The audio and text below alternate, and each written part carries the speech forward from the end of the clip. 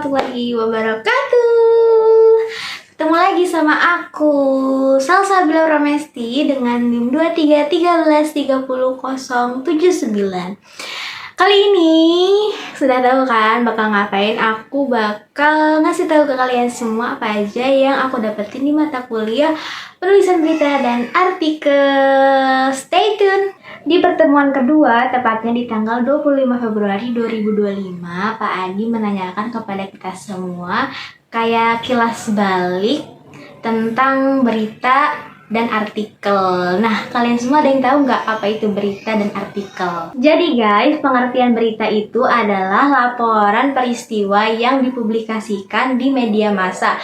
Kayak contohnya itu seperti TV, majalah, radio, koran gitu kan. Dan lain sebagainya, dan masih banyak lagi ya guys ya. Yang mana berita itu mengandung unsur 5W1H.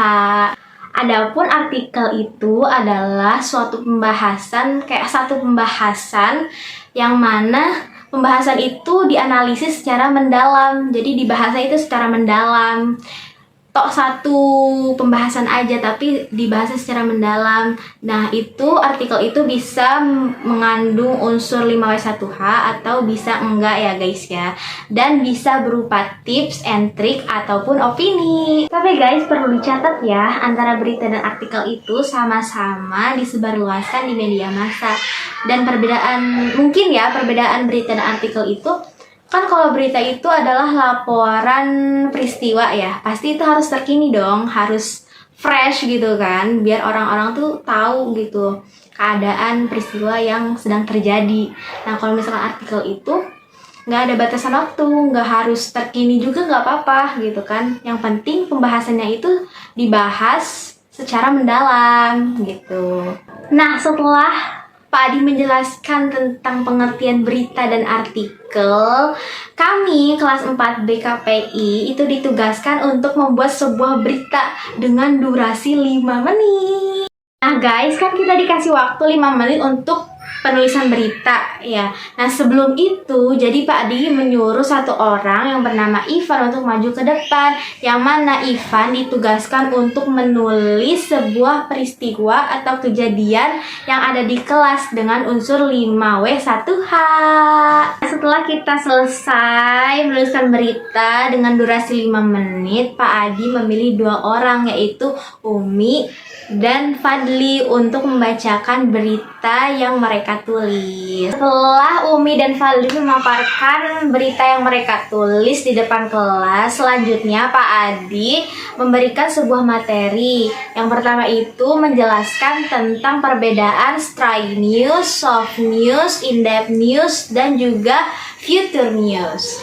Nah, di sini ada yang tahu nggak perbedaan dari straight news, soft news, future news, dan in-depth news? Nah, jadi guys, straight news itu adalah berita yang diproduksi hanya pada waktu-waktu tertentu. Dan juga straight news itu pembawaannya dengan gaya bahasa yang formal. Sedangkan soft news itu sebaliknya, dengan gaya bahasa yang tidak formal. Nah, selanjutnya ada in-depth news dan future news. Nah, kalau in-depth news itu beritanya itu dibahas secara mendalam. Seperti kayak contohnya itu kayak Mata Najwa. Nah, kalau misalkan future news itu beritanya tentang perjalanan, lalu pengalaman seseorang. Nah, seperti itu guys. Nah, selanjutnya guys, Pak Adi itu menjelaskan tentang nilai-nilai berita. Ternyata guys, nilai-nilai berita itu ada banyak banget. Nah, yang pertama itu ada magnitude. Magnitude itu menggemparkan. Nah, jadi nilai-nilai berita itu harus menggemparkan, harus bisa menggemparkan para halayak luas. Nah, yang kedua itu ada proximity atau terdekat. Lalu yang ketiga itu ada impact atau dampaknya. Nah, selanjutnya itu ada usualness atau tidak biasa, dan berita itu aneh gitu ya. Jadi orang-orang tuh kayak bisa tertarik dengan berita itu. Lalu aktual itu terkini, konflik itu masalah, surprising itu mengagetkan, seks itu contohnya seperti pemerkosaan, lalu pelecehan dan lain sebagainya. Dan yang terakhir adalah informasi. Bukan hanya nilai-nilai berita, Pak Adi juga menjelaskan tentang syarat-syarat berita. Adapun syarat-syarat berita, yang pertama itu ada faktual, aktual, menarik, penting, dan juga seimbang. Dan yang terakhir itu ada pengertian fakta. Pasti kita sering kan dengar kata fakta, itu familiar banget di telinga kita.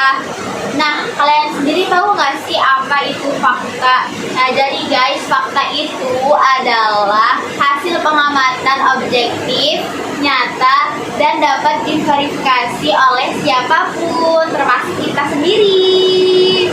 Nah, mungkin cukup sekian ya dari aku.